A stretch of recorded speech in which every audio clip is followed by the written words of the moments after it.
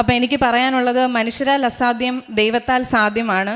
ഞാൻ ഈ ഇൻ്റർവ്യൂ എനിക്ക് കിട്ടത്തില്ല, എനിക്ക് മജിസ്ട്രേറ്റ് ആവാൻ പറ്റത്തില്ല, ഇതെൻ്റെ ലാസ്റ്റ് അറ്റംപ്റ്റ് ആണ് എന്ന് പറഞ്ഞ് ഞാനൊരു വിധി എഴുതിയതാണ്. അമ്മ മാതാവ് തിരുക്കുമാരനിലൂടെ മാറ്റി എഴുതി എന്നെ ഇങ്ങനെ ഇപ്പോൾ ഈ ഒരു വലിയ പദവിയിൽ നിർത്തിയിരിക്കുന്നത്.